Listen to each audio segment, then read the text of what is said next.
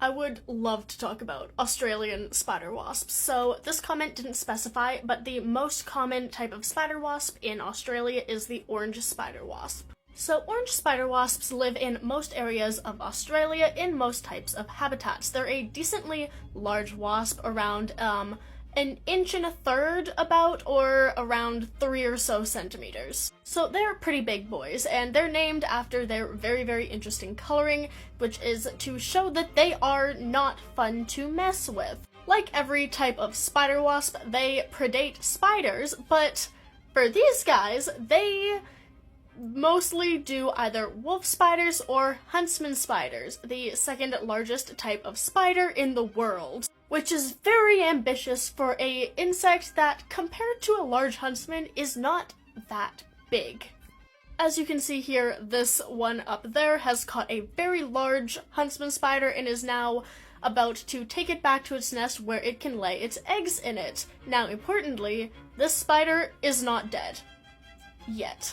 It is alive, and it will stay alive for a decent amount of time. It was paralyzed by the orange spider wasp's venom, and it can no longer move, and it will stay there until the larva that the spider wasp has put inside of it, or eggs at this point, but will hatch into larvae.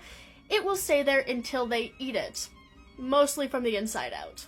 Now, while not that much of a danger unless you are a rather large spider, the venom is still very strong. It's not as strong as the very famous tarantula hawk wasp that is very famous for its very strong venom.